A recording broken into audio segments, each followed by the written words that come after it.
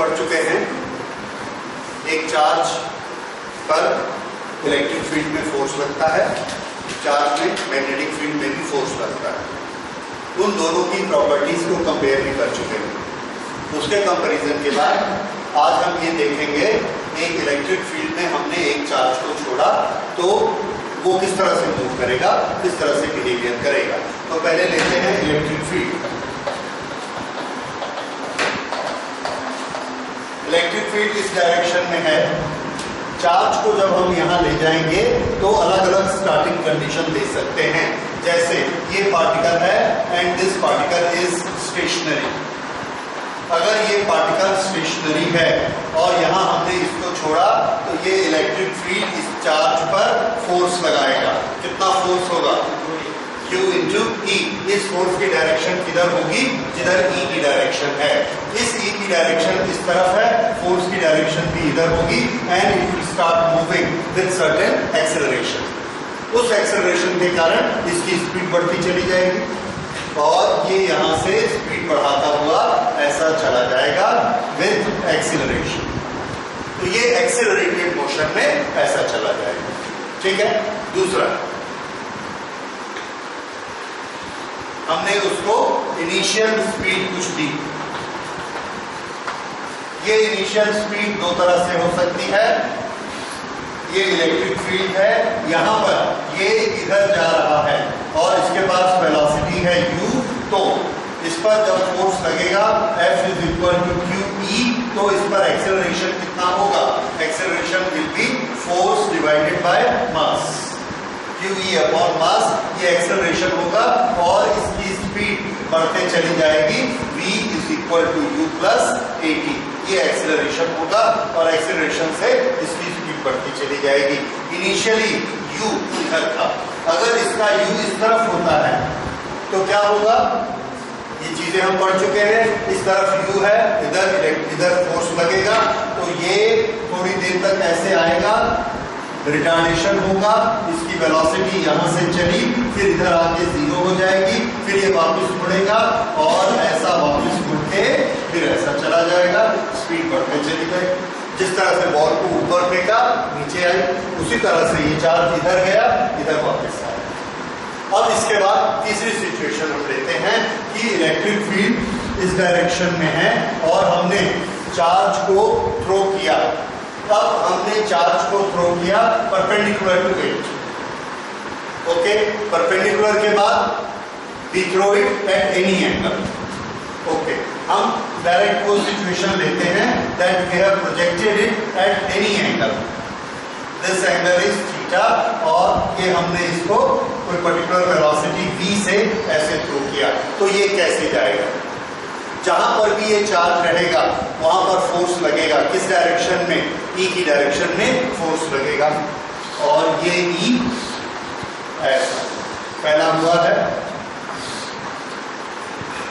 अब ये जो वेलोसिटी v है, इसके दो कंपोनेंट हैं। एक कंपोनेंट v cos थीटा और दूसरा component v sin theta. Acceleration किसकी डायरेक्शन में लगता है? कौन सा एक्सेलरेशन? E की डायरेक्शन में लगता है, that is v cos theta की डायरेक्शन में एक्सेलरेशन लगेगा। इस डायरेक्शन पे कोई एक्सेलरेशन नहीं है तो ये वेलोसिटी में कोई चेंज नहीं आएगा। तो ये इसका मोशन किस तरह से होगा?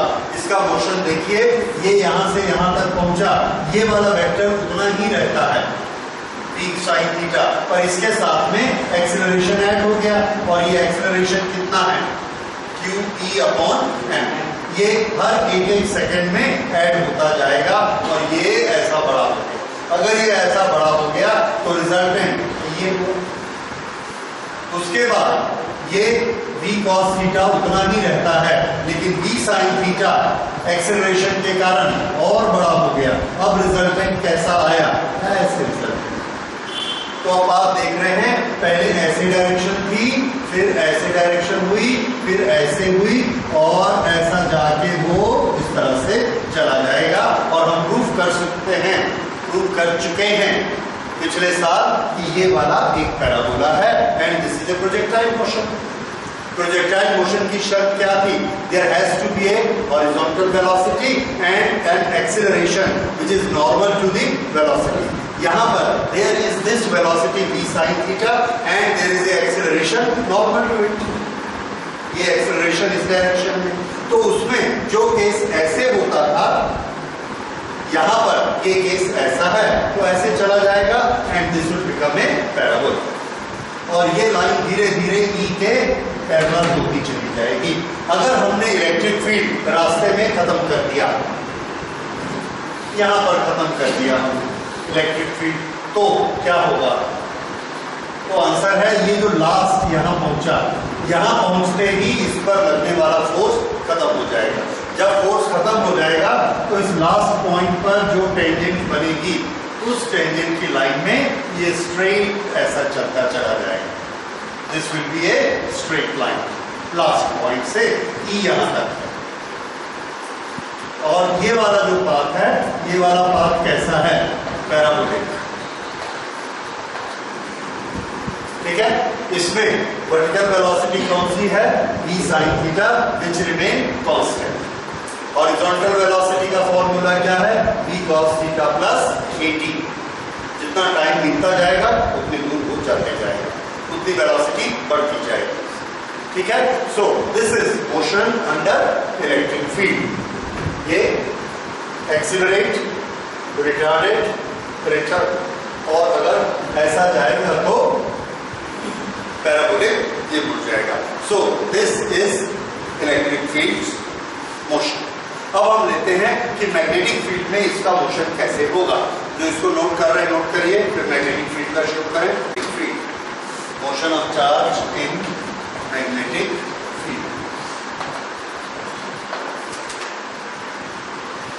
ओके,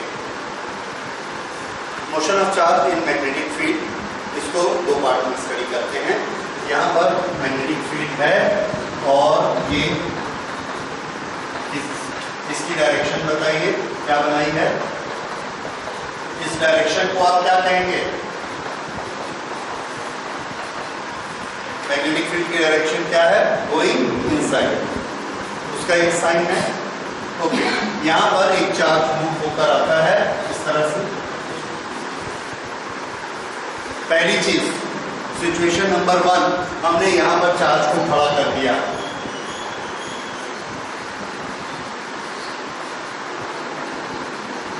स्टेशनरी चार्ज, रिजल्ट हमको क्या मिला? No force. क्यों? फोर्स का हमारा फॉर्मूला क्या है? UTV, और V हमने क्या कर दिया है? 0, इसलिए इस पे कोई फोर्स नहीं लगेगा। उसके बाद हम दूसरा सैंपल लेते हैं। Charge moves in a direction, direction normal to magnetic field. ये इस तरह से अगर ये ऐसा चलता है तो इस पर जो फोर्स लगेगा उसका नियम हमको पता है। This is magnetic field, this is velocity, this is force. ऐसा जैसे ही ये फोर्स लगता है, ये जो चार्ज इधर जा रहा है, ऊपर फोर्स लगने के कारण ऐसे मुड़ जाता है ऊपर। अगर ये ऐसा ऊपर मुड़ गया तो फोर्स इधर आ जाएगा। इस फोर्स के कारण ऊपर जाता हुआ चार्ज ऐसे फोर्स लगता है, ऐसे मुड़ जाता है। इधर चार्ज जा रहा है, जैसे ही वेलोसिटी इधर मुड़ती है, फोर्स नीचे आ जाता है, तो ये इसको ऐसा नीचे मोड़ लेता है, और नीचे आने के बाद में हम देखते हैं कि फोर्स इधर हो गया, तो अब ये फोर्स इधर लगेगा, इधर फोर्स लगेगा, ये फिर ऐसा हो जाएगा, और ये इनिशियल पोजीशन आ गई। इस तरह से ये चार्ज यहां से मूव करता है और फाइनली ऐसा घूमता है। ये हम पिछली क्लास में कर चुके हैं। फोर्स हमेशा कैसा रहेगा? इसके सेंटर की तरफ फोर्स रहेगा। This act as centripetal force, और ये ऐसा सर्कल बनाएगा। इस सर्कल का कुछ ना कुछ रेडियस होगा, और एट एनी टाइम इसके पास कुछ वेलोसिटी होगी v, स्पीड होगी कुछ, दैट स्पीड इज v। इसका रेडियस कितना है r, उस r रेडियस से v स्पीड से ये घूम रहा है और इस चार्ज का मैग्नीट्यूड कितना है q, इस पार्टिकल का मास कितना है m, m इसका मास है, चार्ज इस पर q है, स्पीड इसकी v है और ये जिस सर्कल में घूम रहा है उस सर्कल का रेडियस r है।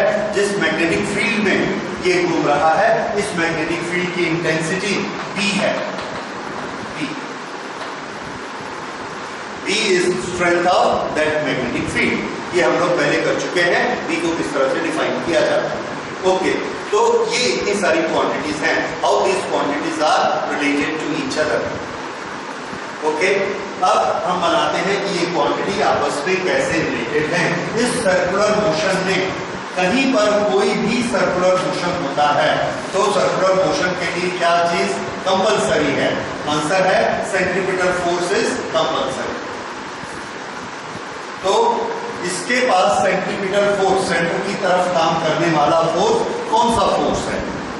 ये हमको मालूम है कि जब अगर इसकी वेलोसिटी इधर है तो इसके परपेंडिकुलर ये जो फोर्स काम कर रहा है ये वाला फोर्स मैग्नेटिक फोर्स है और ये फोर्स कितना होता है QVB।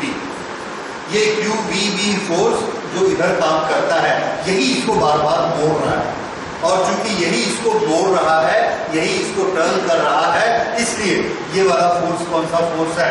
Centripetal force. सो अब इस चीज को हम टेक्स्ट में लिख लेते हैं।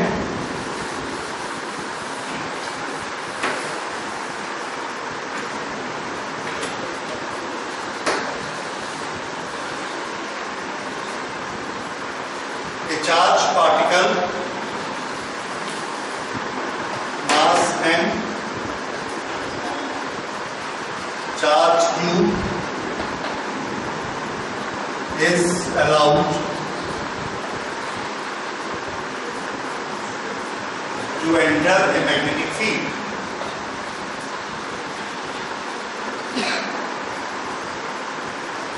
of strength B in a direction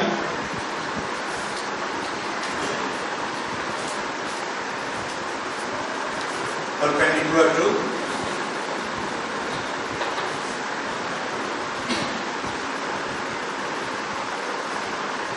magnetic field B in a direction perpendicular to magnetic field B। यहां पर आप इसको देखिए, कहीं की भी वेलोसिटी आप पकड़िए, ये वेलोसिटी ऐसी है और मैग्नेटिक फील्ड ऐसा है, कितना एंगल है 90 डिग्री। यहाँ पर वेलोसिटी ऊपर है, मैग्नेटिक फील्ड अंदर है, तो भले ये मैग्नेटिक फील्ड जब अंदर की तरफ होता है तो हम ऐसा जाएं, ऐसा जाएं, ऐसा जाएं या ऐसा जाएं, हमेशा कितना एंगल लग रहा होगा 90। इसलिए फोर्स हमेशा थर्ड डायरेक्शन में होगा ही और वो थर्ड डायरेक्शन वेलोसिटी के परपेंडिकुलर होगी, तो इसके कारण ये ऐसा मूव कर रहा है। Okay, perpendicular to the magnetic field B। Since force is normal to velocity,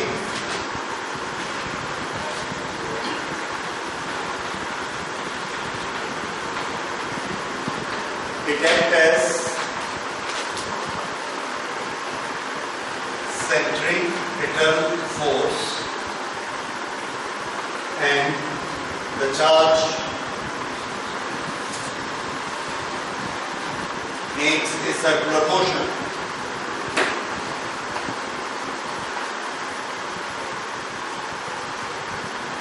Charge makes a circular motion around magnetic field.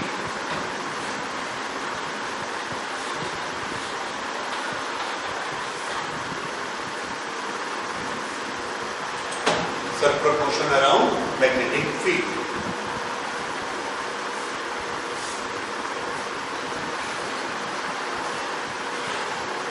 The speed remains uniform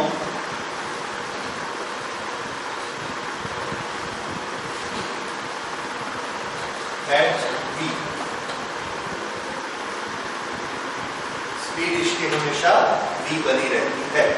क्यों? Because there is no component of force along v।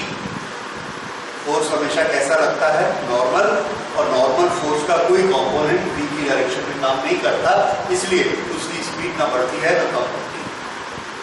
Okay, the force is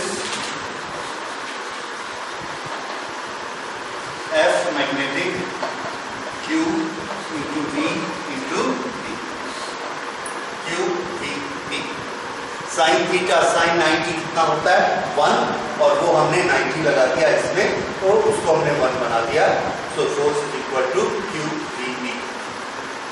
अब ये जो force लगा Q V V, इस force के कारण ये circle में मूव कर रहा है। अगर ये सर्कल में मूव कर रहा है तो इक्वेशन क्या बना? Therefore Q V V is equal to mv square upon r। mv square upon r किसका स्टैंडर्ड फॉर्मूला है? सेंट्रीपिटल फोर्स का। तो सेंट्रीपिटल फोर्स का magnitude mv square upon r होता है, और यहाँ सेंट्रीपिटल फोर्स कितना? Q V V, क्योंकि ये सेंट्रीपिटल फोर्स का रोल प्ले कर रहा है, इसलिए Q V V यहाँ mv स्क्वायर अपॉन r के बराबर है। अब Q V V is equal to mv square upon r, इसको हम लोग सिंप्लीफाई करके अलग अलग क्वांटिटी के रिलेशन निकाल सकते हैं। देखिए अलग अलग क्वांटिटी के कौन कौन से रिलेशन, यहाँ पर दोनों तरफ से एक v कैंसिल हो जाएगा, and this will become Q V is equal to mv upon r। ये बना, एक भी कैंसिल हो गया। याद रखिए मैग्नेटिक फील्ड में सर्कुलर मोशन में हमारा स्टार्टिंग इक्वेशन क्या है? Q V V is equal to mv square upon r। यहां से हमने स्टार्ट करना है और सारी कैलकुलेशन इससे होगी। अब देखिए कौन सी कैलकुलेशन, जैसे वेलोसिटी कितनी होगी? v is equal to Q R B upon m। This is one relation. ठीक है, अगर हम बोलेंगे रेडियस छोटा या बड़ा किस पर डिपेंड करता है, तो रेडियस का फॉर्मूला बना देते हैं। Radius is equal to Vm upon QB। Radius इस पर डिपेंड करता है, स्पीड पे, m पे। स्पीड नहीं बदलता, m नहीं बदलता, q नहीं बदलता, v नहीं बदलता, तो रेडियस भी नहीं बदलेगा। ओके, इसके बाद हाँ, हमको चाहिए कि ये कितना टाइम लेगा एक सर्कल लगाने में। एक सर्कल लगाने में कितना टाइम लेगा? अब सर्कुलर मोशन में ऐसे में हमको टाइम कहाँ मिलता है? इसमें टाइम कहाँ छिपा हुआ है, क्या आपको मालूम है?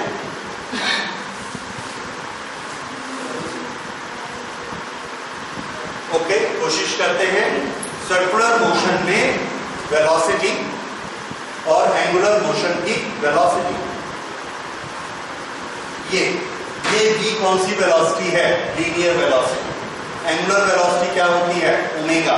v और ओमेगा में क्या रिलेशन होता है? v is equal to r omega.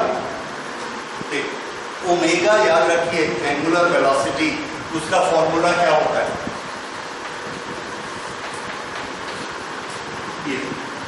2 pi upon t। r omega किसके बराबर होता है? r omega is equal to what? अभी आपने बताया v। So v is equal to r omega. r omega is equal to 2 pi r upon t। ये रहा t। तो ये t किसमें छिपा हुआ रहता है? v, याद रखिए। तो जब हमको इसका t निकालना है तो हम v को तोड़ते हैं यहां पर। ये इस v को हम क्या लिख सकते हैं? r omega. r और ओमेगा को क्या लिखेंगे? 2 pi upon t is equal to q r b upon m। ना इसको और सिंप्लीफाई कर लेते हैं, तो t किसके बराबर हुआ? Therefore t is equal to, t इधर गया और ये इधर आ जाएगा, so this will be t is equal to 2 pi r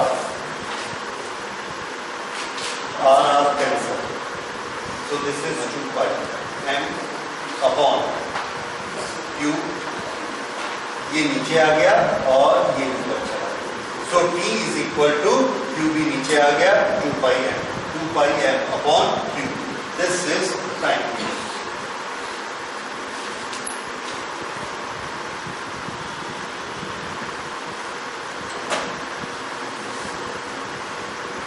तो टाइम पीरियड किस पर डिपेंड करता है?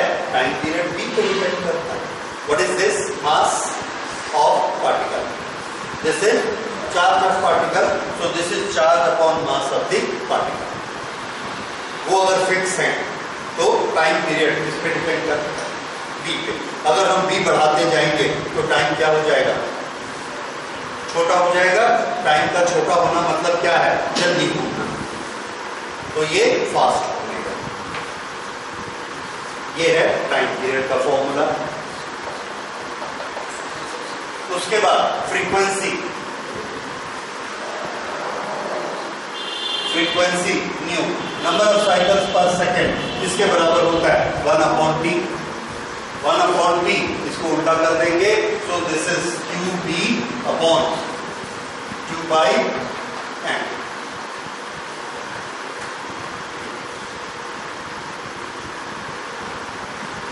ऐसा आ गया। इसमें हम एक चीज हम और कर सकते हैं कि ओमेगा का फॉर्मूला हम बना सकते हैं, एंगुलर वेलोसिटी। एंगुलर वेलोसिटी का फॉर्मूला कैसे बनेगा? V is equal to R omega. तो इसको मैं एक दूसरे फॉर्म में लिखता हूं। R omega is equal to QRB upon m। दोनों तरफ से R कैंसर, तो ओमेगा एंगुलर वेलोसिटी किसके बराबर हुई? QB upon m। This is a very versatile formula।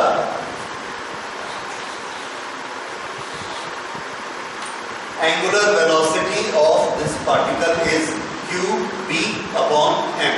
Angular velocity क्या होता है? एंगल मेड पर सेकेंड। ये किस पे डिपेंड करता है? B पे डिपेंड करता है।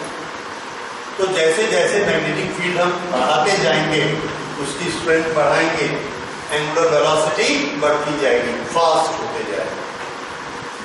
ठीक है?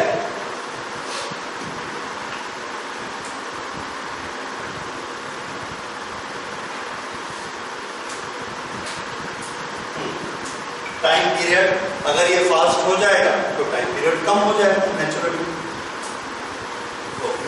उसके बाद फ्रीक्वेंसी का ये formula QB upon 2/m।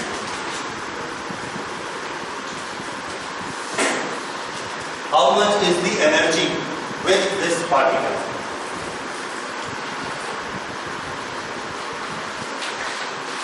Energy with particle, energy कितनी होती है? तो kinetic energy is equal to half mv square. This is equal to half m और v स्क्वायर हम यहां से लेते हैं।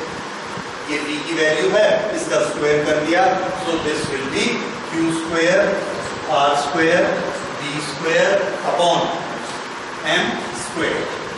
एक m कैंसिल हो गया, एक m बच गया, सो this is half q square r square v square upon m। This is kinetic energy of the particle।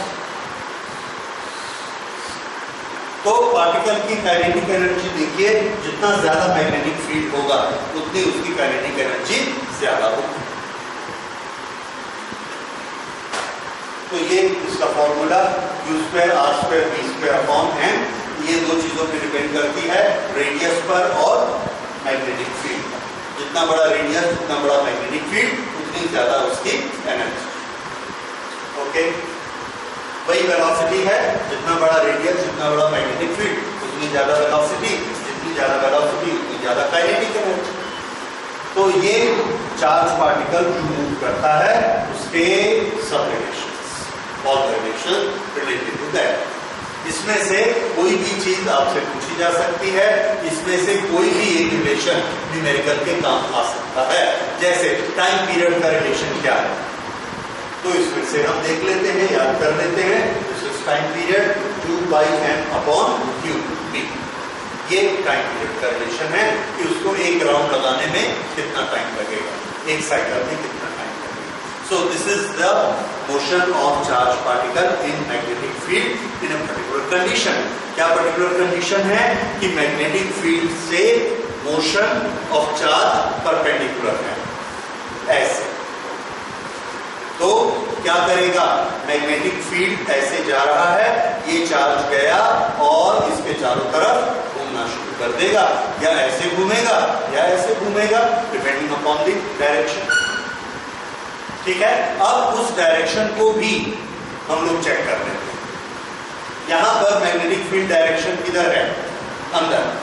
तो थोड़ा अपना अंगूठा सेट करिए और हमें बताइए कि ये मोशन क्लॉकवाइज होगा कि एंटी क्लॉकवाइज होगा।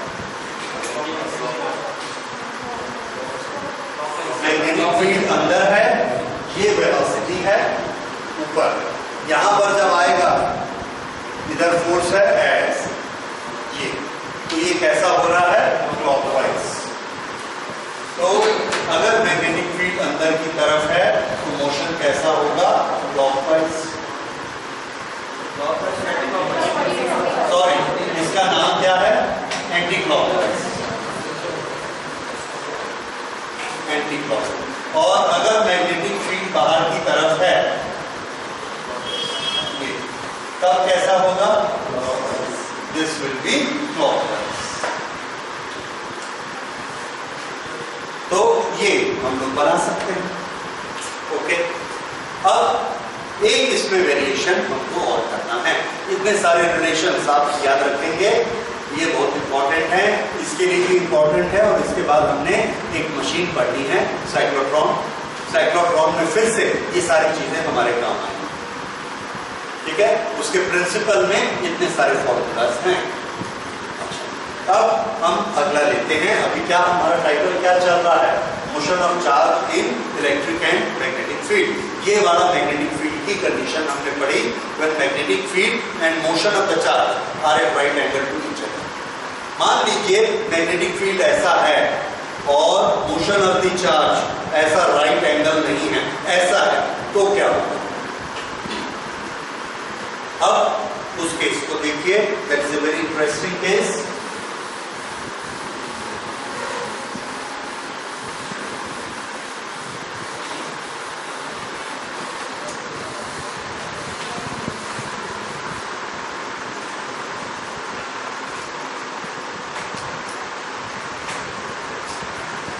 अब मैग्नेटिक फील्ड हम लोग z डायरेक्शन में अंदर की तरफ बनाने की बजाय ऐसे बनाएंगे, इस डायरेक्शन में। This is direction of magnetic field.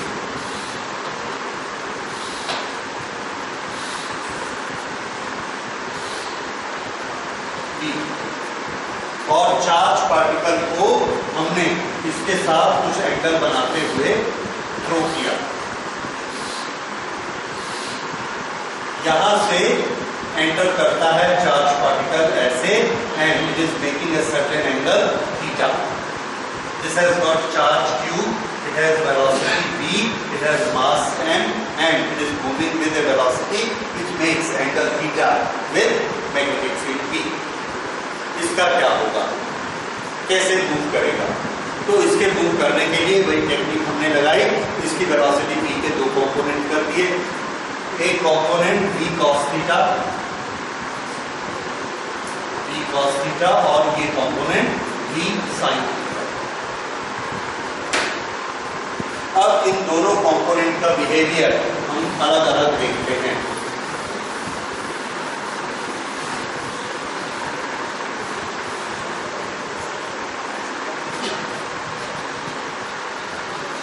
Charge q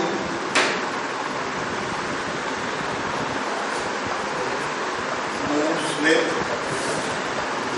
speed v, making angle theta with v. V is magnetic field.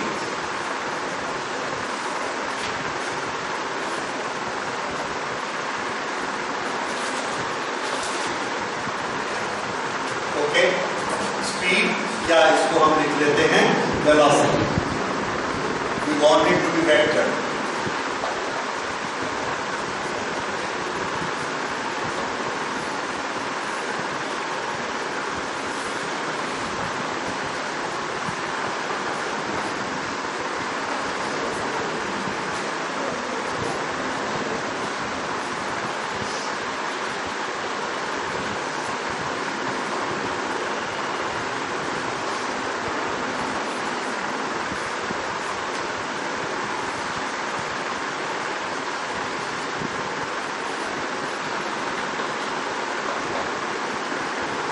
V sin theta is normal to B and V cos theta is along B. अब हम अपने पुराने knowledge पर आते हैं। ये ठीक है, नहीं समझ आ गया? हम ये मान सकते हैं कि ये जो पार्टिकल ऐसे जा रहा है, इसके पास दो मोशन है, एक along this और एक along this डायरेक्शन। अब देखिए, अभी हमने पढ़ा, अगर एक चार्ज पार्टिकल, इधर ध्यान दीजिए, एक चार्ज पार्टिकल एक मैग्नेटिक फील्ड के परपेंडिकुलर जाता है तो उसका मोशन कैसा होगा? हमारा आंसर है it will make a circle. Magnetic field के चारों तरफ लपेटता हुआ ऐसा सर्कल बनाता है। अगर हमने मैग्नेटिक फील्ड को ऐसा कर दिया तो वो ऐसा सर्कल बनाएगा। ठीक है, ये सर्कल के लिए कौन सी वेलोसिटी काम आती है?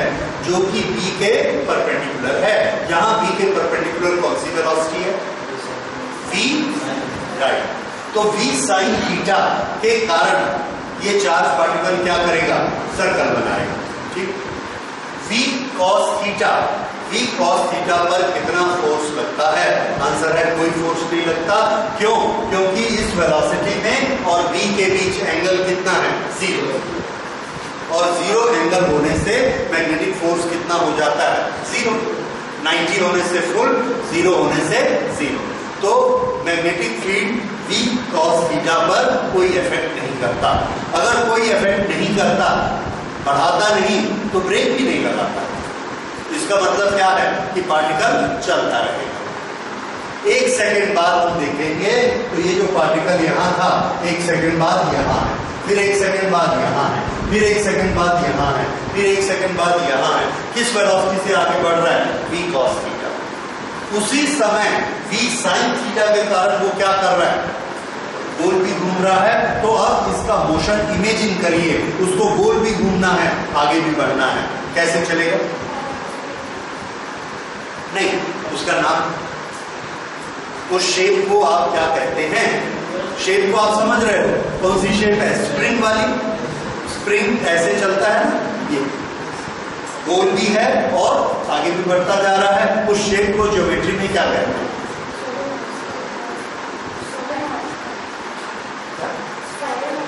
स्पाइरल,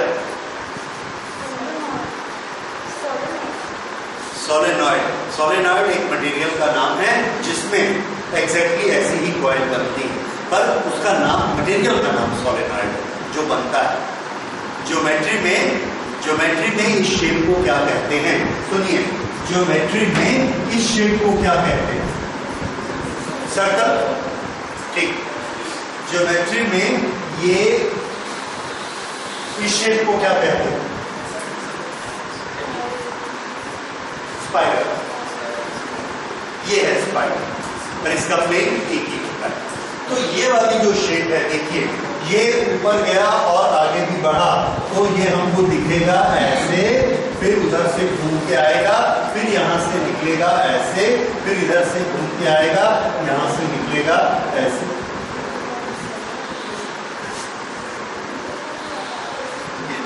ऐसे ऐसे ऐसे आगे बढ़ता चला जाएगा और इसको हम कहते हैं हेलिक्स। This is helix. तो ये मोशन जो है, इस मोशन को कहेंगे हेलिकल मोशन।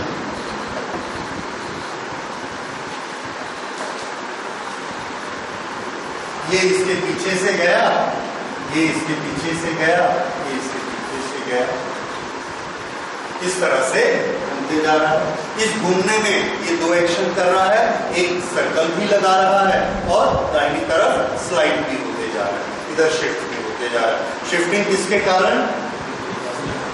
और ये सर्कल किसके कारण? बी साइन थीटा के कारण। ठीक है, तो कैसा मोशन होगा हेलिकल? क्या बनाएगा? हेलिक्स बनाएगा। This is helical motion.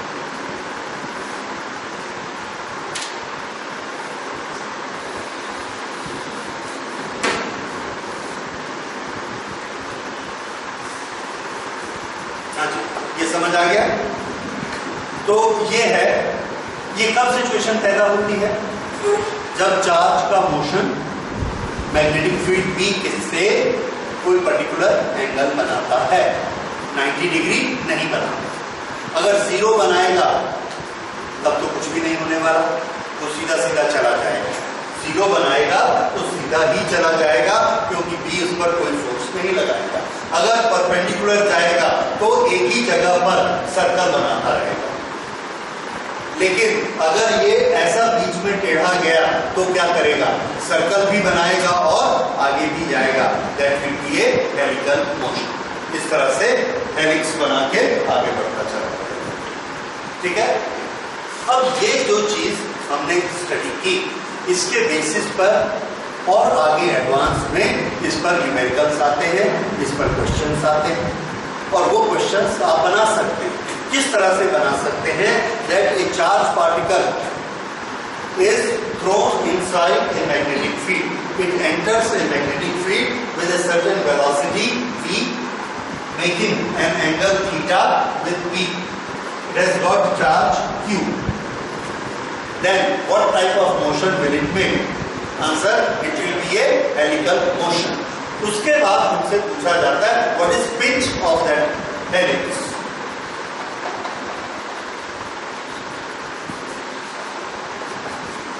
Pitch of helix, ये क्या चीज होती है?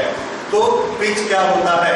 आपने स्क्रू देखा है, स्क्रू के ऊपर ऐसे धारियां बनी रहती हैं, एक धारी से दूसरी धारी जितनी दूर होती है उसको पिच कहते हैं। यानी एक स्क्रू को अगर हम एक चक्कर घुमा दें तो वो कुछ ना कुछ आगे बढ़ेगा। कितना आगे बढ़ेगा? जितना उसके दो धारी के बीच जगह है उतना आगे बढ़ता है एक चक्कर में, उसको पिच कहते हैं। तो यहां पर पिच कहां है? तो आंसर है ये जो डिस्टेंस है, this is known as pitch.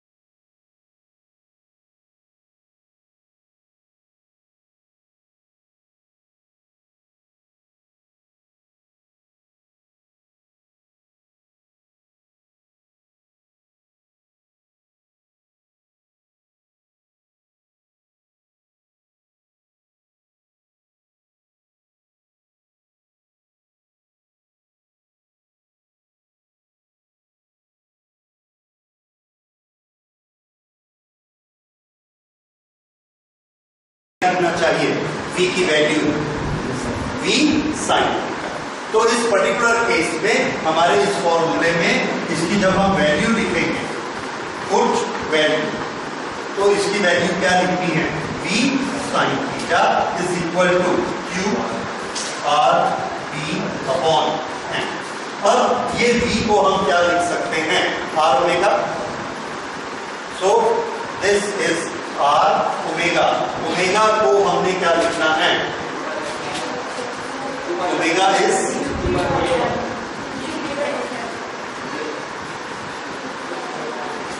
2 pi upon d। This is omega is equal to q r b upon n। और यहां से आर आर कैंसल, टी ये sine theta, sine theta. Okay, तो ये टी इधर ले आइए। So T is equal to, ये यहां चला जाएगा 2 pi sine theta into N upon Q.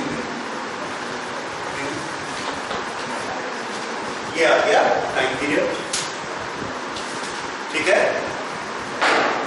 So time period is equal to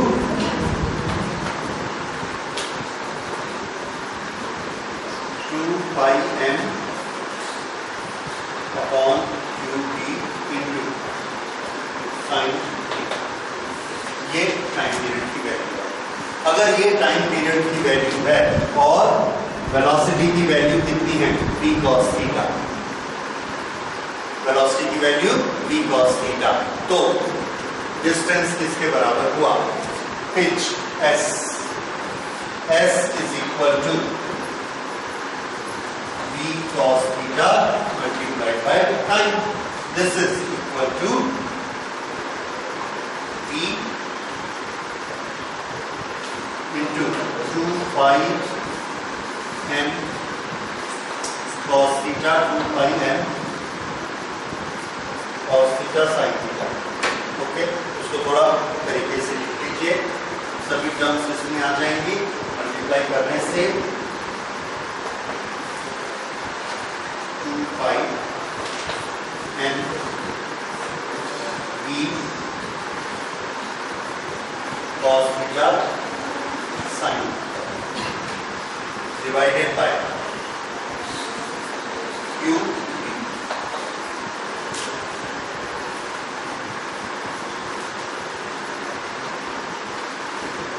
ठीक है, ओके।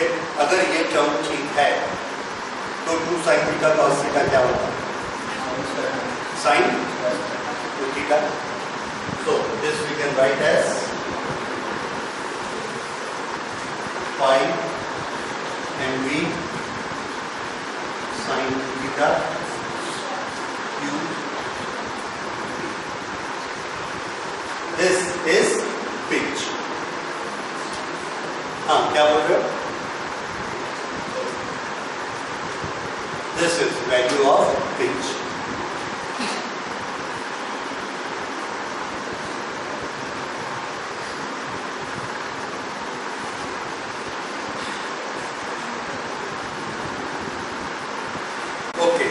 तो फिर देखिए, इस हेलिक्स बनाने में हमने 2 चीजें निकाली अलग अलग, एक वेलोसिटी जो कि मैग्नेटिक फील्ड के परपेंडिकुलर है और एक वेलोसिटी जो कि अलोंग मैग्नेटिक फील्ड है। टाइम पीरियड किससे निकाला जाएगा, v sin थीटा से टाइम पीरियड निकाला जाएगा। डिस्टेंस इन हॉरिजॉन्टल डायरेक्शन, उसमें कौन सी वेलोसिटी यूज की जाएगी, v cos थीटा, और उसके साथ टाइम को मल्टीप्लाई करना। टाइम का फॉर्मूला क्या होता है, टाइम का फॉर्मूला आपने नोट किया हुआ है, उसमें जो वेलोसिटी है उस वेलोसिटी की जगह हमको क्या लिखना है, v sin थीटा, क्योंकि यहाँ पर वेलोसिटी v नहीं है, v sin थीटा इधर वाले, इसलिए ये sin थीटा आ गया था। अदरवाइज फॉर्मूला वही है 2 पाई m अपॉन क्यू। ठीक है, ये टाइम का फॉर्मूला। और साइन थीटा होने से क्या हो गया, ये वाला साइन थीटा आ गया, ठीक है, ये टाइम हो गया। अब अगर हमको टाइम मालूम है और ये वाली वेलोसिटी मालूम है तो दोनों को मल्टीप्लाई करके हम क्या निकाल सकते हैं, पिच। ये पिच निकाल, तो इसमें हमसे टाइम पूछा जा सकता है तो हम यहीं तक कैलकुलेट करेंगे, पिच पूछा जाएगा वहां तक कैलकुलेट करेंगे, रेडियस पूछा जाएगा तो रेडियस के लिए कैलकुलेशन करेंगे। रेडियस की कैलकुलेशन के लिए हमें क्या चाहिए, mv²/r is equal to QVT। इसमें R आया, बाकी चीजों को रखो R आ जाएगा। इस तरह से रेडियस निकाल सकते हैं। तो वो जो एक फंडामेंटल फॉर्मूला है उससे आप कुछ भी कैलकुलेट कर सकते हैं। जब टाइम की जरूरत पड़ेगी तो V is equal to R omega लिखेंगे, ओमेगा को 2π/T लिखेंगे, वहां से T की एंट्री होगी, तब फिर T टाइम पीरियड की वैल्यू निकालेंगे। समझ में आया? तो इस तरह से हमने निकाला ये हेलिकल मोशन कैसा होता है। ये हमको अब ये कंप्लीट हुआ motion of charge in electrical and magnetic field. अब इसके बाद इसको थोड़ा सा और कॉम्प्लिकेटेड करते हैं और थोड़ा सा इंटरेस्टिंग करते हैं कि एक लोकेशन पर इलेक्ट्रिक फील्ड और मैग्नेटिक फील्ड दोनों, अगर दोनों हैं तो चार्ज कैसे मूव करेगा। ठीक है, उसको बहुत कॉम्प्लिकेटेड नहीं करेंगे, एक छोटी सी डिवाइस हम बनाएंगे which is known as velocity filter. Velocity filter कैसी डिवाइस होती है, हमने एक रेडियो एक्टिव मटेरियल रखा, रेडियो एक्टिव मटेरियल से अपने आप चार्ज पार्टिकल निकल के ऐसे थ्रो होते रहते, अंदर से पंच होके निकलते रहते हैं और बड़ी स्पीड से निकलते हैं। कौन से particle, positive particle, helium nucleus, electron that is negative charges, ये दोनों, और साथ में एनर्जी निकलती है गामा रेस के फॉर्म में या दूसरी रेस के फॉर्म में। तो अल्फा बीटा गामा ये होते हैं, तो उसमें चार्ज पार्टिकल दो होते हैं, अल्फा पॉजिटिवली चार्ज और beta negatively charge. Alpha positively charge से हमको मतलब है ये जो पार्टिकल उसमें से निकलते हैं उसकी वेलोसिटी कितनी होती है, तो आंसर है उसकी वेलोसिटी पे हमारा कंट्रोल नहीं है। जितनी एनर्जी उनको फ्री मिलती है उतनी एनर्जी लेके वो निकलते हैं और उसके अनुसार वो अपनी वेलोसिटी को चेंज कर देते हैं, because energy is equal to half mv², so v is equal to energy upon m, उससे आएगा। तो उस एनर्जी के कारण उनकी वेलोसिटी अलग अलग है। अब हमको किसी एक्सपेरिमेंट के लिए पॉजिटिवली चार्ज पार्टिकल चाहिए, सिर्फ ऐसे चाहिए जिसकी वेलोसिटी 40 मीटर पर सेकेंड। हमको 20 वाले नहीं चाहिए, 60 वाले नहीं चाहिए, सिर्फ एक ही वेलोसिटी के सारे पार्टिकल चाहिए। तो हम एक छन्नी लगाते हैं, एक फिल्टर लगाते हैं, वो फिल्टर क्या करता है, 20 वाले को रोक देता है, 60 वाले को रोक देता है, सिर्फ किसको जाने देता है, हाँ। तो उस डिवाइस का नाम क्या हो जाएगा, वेलोसिटी फिल्टर। देखिए वेलोसिटी फिल्टर कैसे बनता है, इधर देखिए, ये एक इलेक्ट्रिक फील्ड हमने स्पेस में लगाया, यहाँ पर हमने एक बैरियर लगा के रखा है, एक दीवार बनाकर रखी है, सपोज लेंथ की दीवार है और ये चार्ज पार्टिकल को एब्जॉर्ब कर लेगी, चार्ज पार्टिकल को एब्जॉर्ब कर लेगी। यहाँ कोई चार्ज पार्टिकल आएगा तो छेद में से निकल जाएगा, बाकी सब जगह वो नहीं जाने देगी, एब्जॉर्ब कर लेगी। यहाँ से हमने अपना रेडियो एक्टिव मटेरियल रखा, उसकी ओपनिंग यहाँ दी, तो यहाँ से ये पार्टिकल निकलकर, यहाँ से ये पार्टिकल निकलकर ऐसे जा रहे हैं। इसकी हमारी एक इलेक्ट्रॉन गन या प्रोटॉन गन बनाने की एक सिस्टम होता है। यहाँ हम एक ट्यूब रख देते हैं, उस ट्यूब को नेगेटिव, बैटरी के नेगेटिव से टच करा देते हैं, तो उसका चार्ज क्या हो गया, नेगेटिव। तो ये पॉजिटिव पार्टिकल किधर आएंगे, नेगेटिव की तरफ, लेकिन बड़ी स्पीड से आते हैं, इतनी स्पीड से आते हैं कि यहाँ रुक नहीं पाते, नेगेटिव छल्ले को ऐसा पार करके निकल जाते यहाँ से। Okay, that is a material. हमारे लिए पॉजिटिवली चार्ज पार्टिकल यहाँ से एंटर करते हैं, इनकी सर्टेन वेलोसिटी है v। जब ये यहाँ से एंटर करेंगे तो इस पर इलेक्ट्रिक फील्ड के कारण एक फोर्स लगेगा, that force will be Q × E E और उसकी डायरेक्शन किधर होगी, अलोंग दी इलेक्ट्रिक फील्ड। तो वो डायरेक्शन इस तरफ है। तो जब इन पर इधर फोर्स लगेगा, ऐसा फोर्स लगेगा, कौन सा, इलेक्ट्रिकल, तो ये पार्टिकल यहां से ऐसे जाएगा और यहां टकरा जाएगा। ठीक है, इलेक्ट्रिकल फोर्स के कारण वहां टकरा जाएगा। जिसकी स्पीड कम होगी वो और जल्दी ज्यादा मुड़ेगा, यहां टकरा जाएगा। किसी की भी स्पीड इतनी नहीं होगी कि बिना मुड़े सीधा चला जाए, तो पार नहीं होता कोई। अच्छा, अब हमने क्या किया, यहां पर एक मैग्नेटिक फील्ड इंट्रोड्यूस किया। मैग्नेटिक फील्ड हमने लगाया जिसकी डायरेक्शन अंदर की तरफ है, इधर नॉर्थ पोल, अंदर साउथ पोल, ऐसा लगा दिया। ये मैग्नेटिक फील्ड बना और ये हमने बना दिया मैग्नेटिक फील्ड का notation. This is magnetic field going inside. अब ये बताइए कि इस पर फोर्स किधर लगेगा। ये चार्ज पार्टिकल जो ऐसे जा रहे हैं, ये एंटर करेंगे, इन पर फोर्स किधर लगेगा। मैग्नेटिक फील्ड किधर है, अंदर की तरफ। उंगली अंदर करिए, इंडेक्स फिंगर। चार्ज किधर जा रहा है, इस तरफ, तो फोर्स किधर लगा, ऊपर की तरफ। इंडेक्स अंदर करो, हाँ ये ठीक है। चार्ज इधर जा रहा है, ठीक है, फोर्स किधर आया, ऊपर, तो फोर्स किधर लगा, ऊपर की तरफ। तो यहां पर ऊपर की तरफ फोर्स लगता है, ये कौन सा फोर्स है, मैग्नेटिक। और इस फोर्स का फॉर्मूला क्या है, QED। इस फोर्स का फॉर्मूला क्या है, QE। तो ये जो फोर्स ऊपर है, अगर हमने यहां से इलेक्ट्रिकल फील्ड हटा दिया, अगर हटा दिया तो ये चार्ज जो ऐसा जा रहा है, ये क्या शुरू कर देगा, सर्कल बनाना। ऐसा टकराया, इसमें एब्सॉर्ब कर। तो सिर्फ मैग्नेटिक फील्ड है तो किधर बेंड हुआ, किधर टर्न हुआ, ऊपर की तरफ। सिर्फ इलेक्ट्रिक फील्ड है तो किधर टर्न हुआ, नीचे की तरफ। और अगर दोनों लगा दिए तो, दोनों लगाए तो दोनों में आपस में टग ऑफ वॉर होगा। जो फोर्स ज्यादा होगा उस तरफ बेंड हो जाएगा। ठीक है, हमने क्या किया, QE को QE रहने दिया, यहां पर V को हम चेंज करते चले गए। तो क्या होगा, इस फोर्स को हम कम या ज्यादा कर सकते हैं। अगर हमने इस फोर्स को कम या ज्यादा कर दिया तो ये जो चार्ज पार्टिकल है, इस पर इधर ये लग रहा है, इधर ये लग रहा है। एक ऐसी सिचुएशन आएगी कि दोनों फोर्स आपस में इक्वल हो जाएंगे। उस समय क्या होगा, Q is equal to UVB। ऐसा आ जाएगा।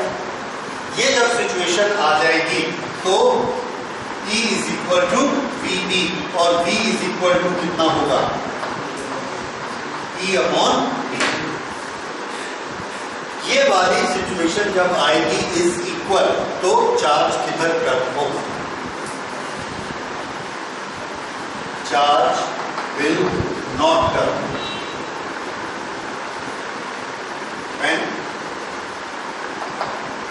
F electrical is equal to F magnetic. When Fe is equal to F magnetic, then charge will not turn. क्यों, दोनों तरफ के फोर्स कैसे हो गए, इक्वल। तो चार्ज क्या करेगा, it will go straight.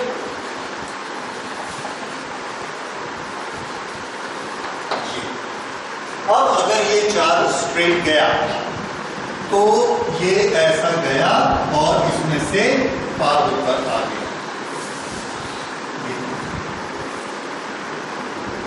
अच्छा, अब इसमें से पार होकर आया तो क्या होगा, तो एक दूसरे चार्ज की हम बात करते हैं। हाँ जी, थोड़ा सा एक मिनट इधर ध्यान दीजिए। एक दूसरे चार्ज की बात करते हैं जिसकी वेलोसिटी इस वेलोसिटी से कम। अगर वेलोसिटी कम है तो कौन सा फोर्स कम हो जाता है, मैग्नेटिक की इलेक्ट्रिक? यस, क्योंकि वेलोसिटी किसके फॉर्मूले में आती है, मैग्नेटिक फोर्स के फॉर्मूले में आती है, इलेक्ट्रिकल में तो है ही नहीं। तो वेलोसिटी से कौन इफेक्ट होता है, मैग्नेटिक फोर्स। अगर वेलोसिटी कम हो गई तो ये मैग्नेटिक फोर्स कम हो जाएगा। अगर ये फोर्स कम हो गया तो ये फोर्स ज्यादा तगड़ा हो जाएगा। अगर ये फोर्स ज्यादा स्ट्रांग हुआ तो चार्ज किधर मुड़ जाएगा, नीचे और इससे टकरा जाएगा। कौन सा केस है? वेलोसिटी कम। अगर वेलोसिटी v से ज्यादा बढ़ गई तो कौन सा फोर्स ज्यादा हो गया? Magnetic force. v, इस v से ज्यादा v हो गया तो मैग्नेटिक फोर्स बढ़ गया, तो किधर मुड़ जाएगा?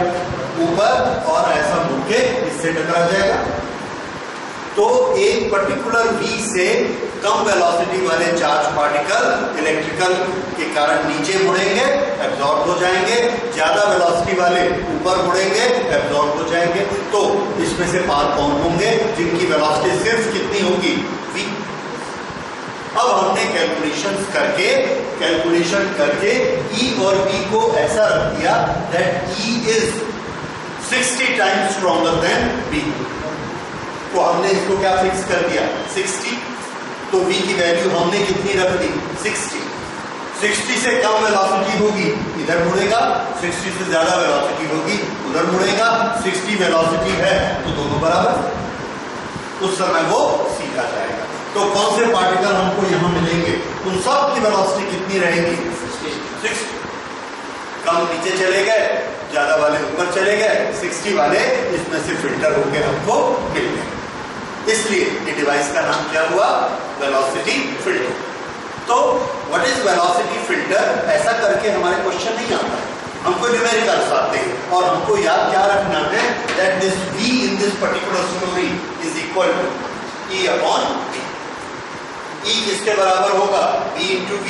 v किसके बराबर होगा? E upon v। इसमें से कोई भी दो क्वांटिटी देके तीसरी क्वांटिटी हमसे पूछी जा सकती है, और ये सिचुएशन हमको याद रखनी है। तो इस सिचुएशन से बहुत से कंसेप्चुअल क्वेश्चन दिए जा सकते हैं। कैसे कंसेप्चुअल क्वेश्चन?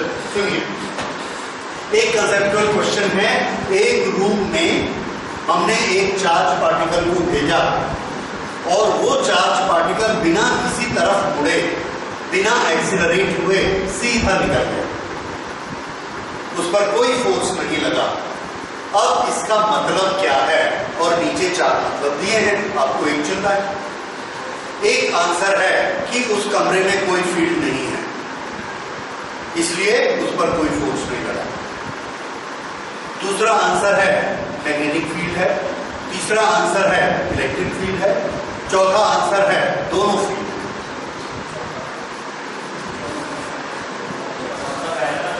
पहला क्या? पहले में कोई फील्ड नहीं है, दैट इज ऑल्सो ट्रू। अगर कोई फील्ड नहीं है तो क्या करेगा? सीधा जाएगा, और दोनों फील्ड है तो भी सीधा जा सकता है अगर दोनों बैलेंस्ड हैं।